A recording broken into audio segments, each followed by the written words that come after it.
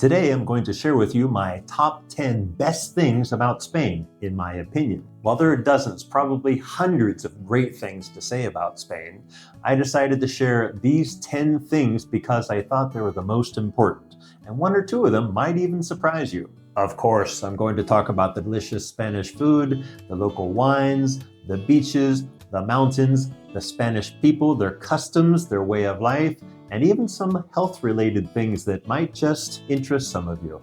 The first item in my list of top 10 great things of Spain is transportation. Spain has some of the best transportation options in all of Europe, whether it be high-speed train, plane, or long-distance buses.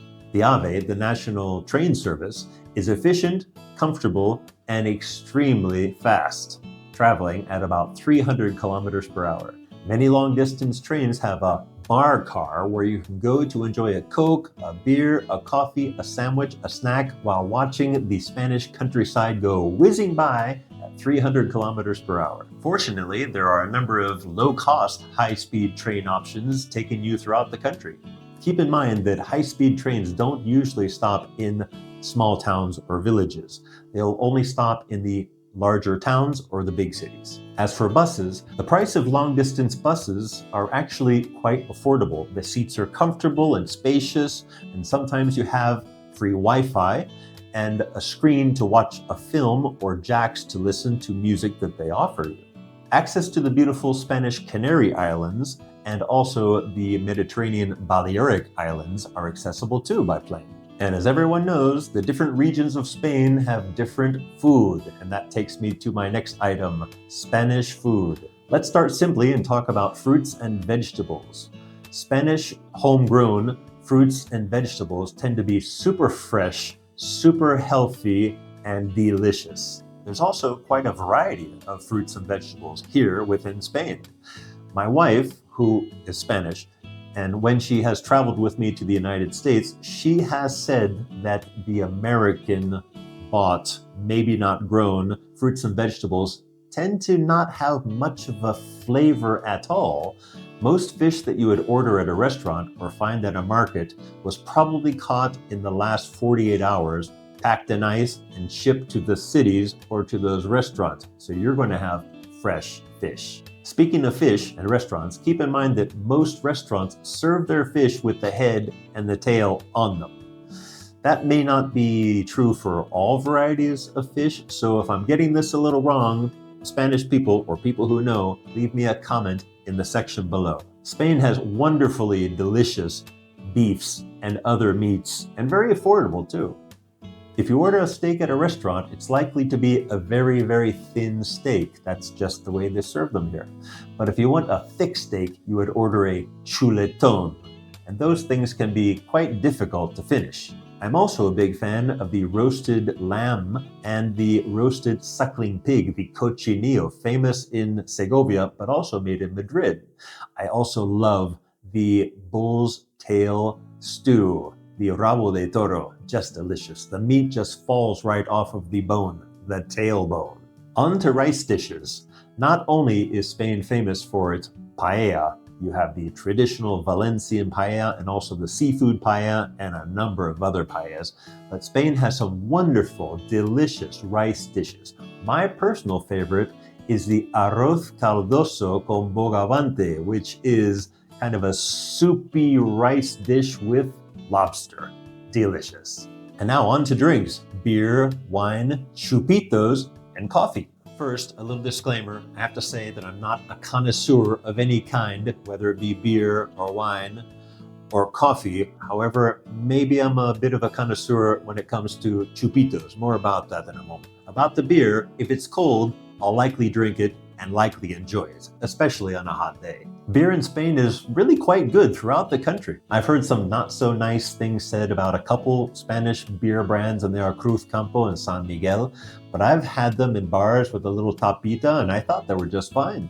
Beer is usually served ice cold here, and sometimes the tap is covered with a layer of ice just to demonstrate how cold the beer really is. A few decades ago, an American friend of mine and we were traveling around a few of the countries in Europe, and we tried beers everywhere.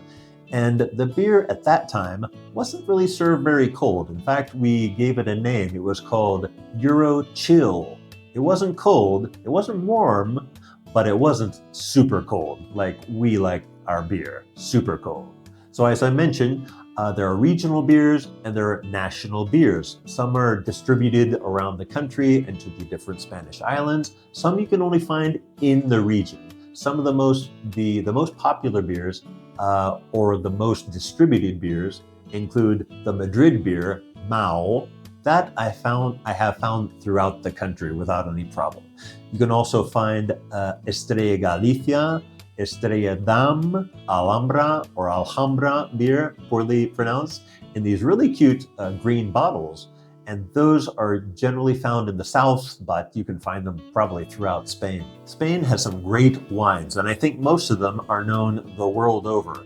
And here in Spain, they're actually sold at very reasonable prices. First, we're going to talk about Spanish red wines, and the first one is the Ribera del Duero wine. So this is a region in north-central Spain, and it is a wine that's a bit more full-bodied. You might eat it with steak or with some other meats because it really has not a strong flavor, but you can sense that it has full body, if you know what I mean. Again, I'm not a wine connoisseur. The next, and probably the most famous Spanish wine, is Rioja red wine. So Rioja is a region, La Rioja, in north-central Spain, a little to the east of the Ribera del Duero region. And everybody knows that place because they have fantastic wines throughout the region and they sell it throughout Spain, really. I would say it's the most popular red wine in the whole country. The Rioja red wine, Spain's most popular red wine, I'm sure, and probably the wine that is most exported throughout the world. It's a delicious wine. It's light, it's smooth, and it's really easy to drink. Our favorite red wine is Rioja, as I mentioned. And this is an example of one of those. This is Ramon Bilbao, and it can be bought in a supermarket for about 10 euros. Pretty affordable, wouldn't you say? And now on to the whites. Spain has some fantastic white wines. The most popular, I believe, I'm convinced, is the Rueda white wine. So Rueda comes from the Verdejo grape, and it's served really, I think, everywhere throughout the country. It's nice and light, and it's always served chilled or very cold. Two other very popular white wines, both come from Galicia. One is Albariño, and one is Ribeiro. Albariño is a fruitier, slightly fruitier white wine. Ribeiro is a bit drier. But these particular white wines from Galicia, being Albariño and Ribeiro, are probably the two most popular white wines chosen when someone orders at a restaurant, for example, seafood, fish, or even rice dishes. As for the Ribeiro white wine from Galicia, they often serve it in one of these ceramic little bowls, really cute bowls. When you order your seafood, you order a bottle of Ribeiro, and they'll often give you these cute little bowls to drink from. So once again, as I said before, I'm not a wine connoisseur. If anything I have said is wrong, or you might like to add a different white wine to my list or a different red wine to my list, please tell us in the comment section. Next is chupitos. Chupitos are a liqueur often served in little shot glasses. There are three major types of chupito. So you have the licor de hierbas, you have the crema de orujo, and you have the pacharan. Licor de hierbas is my favorite kind. It's a kind of a greenish, yellowish liqueur, very tasty, always served cold. All of the liqueurs, all the chupitos are served cold. And it's been said that it's a little syrupy. I wouldn't go that far, but it's really tasty. The next one, as I mentioned, was the crema de orujo. So this is kind of a Bailey's Irish cream sort of liqueur, more or less. And then there's pacharan. Well, pacharan is a red color liqueur, which comes from Navarra. So Pamplona is in Navarra. So that comes from Navarra, and it's also very good. It's a bit sweet. It's a bit sweet, and they all pack a punch. Pacharan especially packs a punch. You can drink one and be happy, but if you drink two, you might be on the floor. Be careful with these things. So in some restaurants, they will give you a free chupito at the end of the meal to aid digestion. At least that's what they say. Coffee in Spain in general is delicious. I love Spanish coffee, but it can be served and you can order it in several different ways. You have the café solo, which is just black coffee, and it tends to be about that amount in a coffee cup. You can order the café con hielo, that's coffee over ice in a glass. That's usually only offered in the summertime because it's a cold coffee drink. You could order the café americano, which I've never tried, by the way, but it seems that it's black coffee, but with more water in it, and it's a larger quantity. And my personal favorite is the café con leche.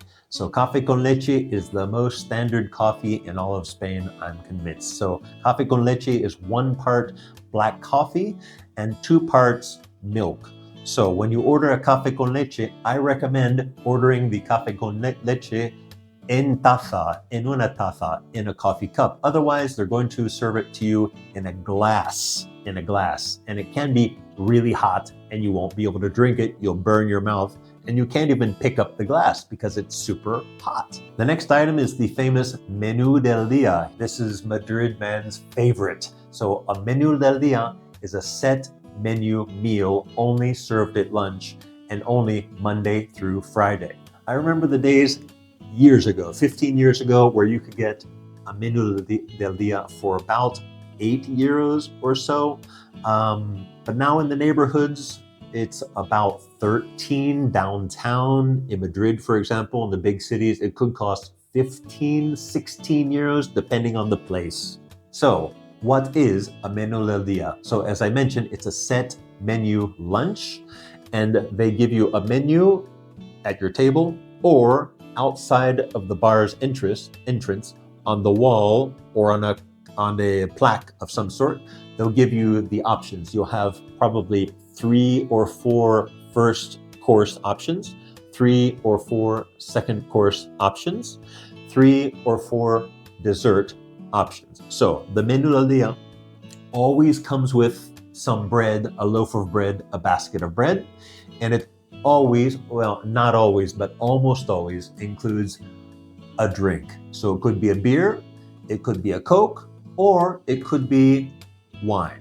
So if it says on the Menú del Día that the drink is included, then fantastic. Sometimes on rare occasions, they're not for some crazy reason, but if the wine is included, it's going to be a table wine. Generally, it's going to be a red wine. It might be a white wine if you ask for it, but if you ask for vino con casera, that's a red table wine with casera water. What is casera water? So casera is, it's a sweetened, bubbly, fizzy water. So in order to lighten sometimes the strong taste of this table wine, you might pour into your glass, let's say 2 parts of the red wine and 1 part of the casera sweetened, bubbly water. So the mix of these two are a very nice, refreshing, cold drink. So the wines, these table wines, are generally sold and served cold. So for various reasons. Okay, so you choose your first, you choose your second, you choose your dessert right up front when you sit down. You choose your drink, probably before ordering, in fact. So they'll probably bring you your drink, put it on the table, they'll take your order, they'll go back in, they'll bring you out your first course, you'll eat it up, they'll bring you out the second course, you'll eat it up. And when they bring out the dessert, they can be a variety of different desserts. So when you order, it's important to ask, are these desserts homemade? The question is, ¿los postres son caseras? Are they homemade desserts? And if they say yes, they're probably going to be good, or at least decent. What you don't really want necessarily is one of these factory-made desserts they could be hit and miss. Maybe they'll be delicious, but they're not going to be homemade. And in some places, you can substitute a cup of coffee for the dessert, but you have to ask. The next item about the great things in Spain that I love is the pace of the lifestyle. This, in my opinion, is one of the most important cultural elements of Spain. One of the things that I appreciate the most. Sure, the cities and the people in the cities move faster, But even at that, they seem much less stressed than your typical American in the United States. Spaniards seem to be happier, less stressed, and much more relaxed than your typical American. Americans tend to have extremely busy lives, moving here, moving there, going in their cars, shopping, taking kids to events, to sporting events, just doing everything by car. They tend to not stop. But Spaniards, and some are extremely busy, tend to take life differently somehow. Their priorities are living well, appreciating the interactions with other people, spending time with friends and family. And these are the cultural building blocks that make Spain a happy Spain. They are not going to rush you out of the restaurant to get in the next customers. You can stay there as long as you like and just relax and talk with your friends or family and enjoy the meal or the chupitos afterwards. And that's the way it should be everywhere, don't you think? The next item I want to talk about is safety and security. There's nowhere in Spain where I've ever felt unsafe. In any of the cities, any of the towns, any of the neighborhoods. Everyone is just going about their business, and even in maybe the poorer neighborhoods, really, if you don't bother them, they're probably not even going to notice you. It's true, to me at least, there's a low or light police presence here in Spain in general, including the cities. In the downtowns, yes, they have police, you see police. But once you get outside, you don't tend to see them so much. However, the response time, if you call them, is really fast. We've had to call them on 2 different occasions in the last 20 years because we heard someone screaming in the street. Really, 2 occasions, okay? And the police were here like that. They got here immediately. Traffic accidents and deaths here in Spain are really low compared to the United States. And violent crime in Spain almost doesn't exist. Petty crime can be a bit of a problem, especially in the tourist centers of the big cities. But just be vigilant and you'll be fine. In 2022, there were about 300 cases of unaliving in Spain, whereas in my home state in the United States, which isn't a big state, by the way, there were more than 1,000 cases of unalivings. It's also not legal to carry a pew-pew in Spain unless you're in the military, you're in law enforcement, or you are involved in some very dangerous stuff. It's just not part of the culture here. In fact, I don't know anyone who owns a pew-pew except for maybe some hunters that live in the outskirts, but they're not carrying pew-pews per se. They're carrying the longer things that they need to do the hunting. The next one is mountains and beaches. You nature lovers out there are going to appreciate this one. Peninsular Spain has some of the best beaches in all of Europe.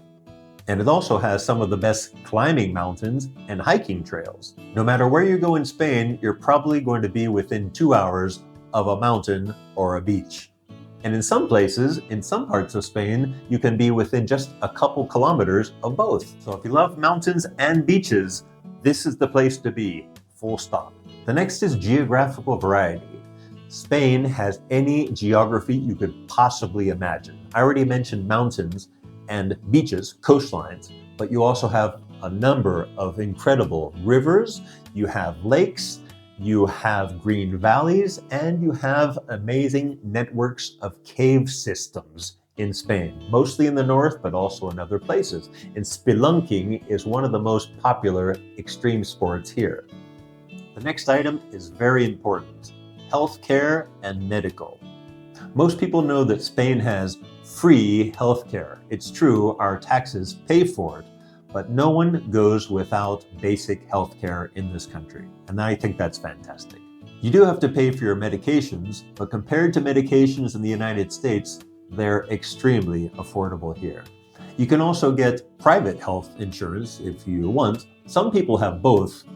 If you're Spanish or if you have residency, then you would automatically have the public health care.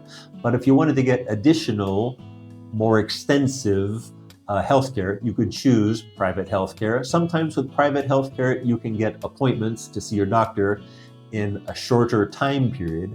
More and more people are complaining about the public healthcare system in that it can take sometimes weeks to get an appointment to see your doctor. And that makes people upset. By the way, why do people get private healthcare?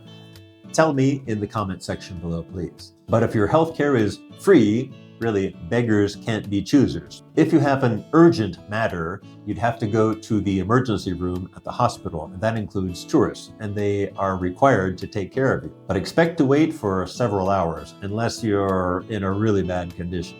Also related to medical, Spain has been #1 in the world in transplants for decades. While this detail isn't sexy for tourists, I think it's something truly to be proud of. Way to go, Spain. Your generosity is much appreciated. And that brings me to my next point, the people. Spaniards tend to know their neighbors. Why? Because most Spanish people, especially in the cities, but also in the small towns, they tend to live in apartment blocks or buildings, in individual flats.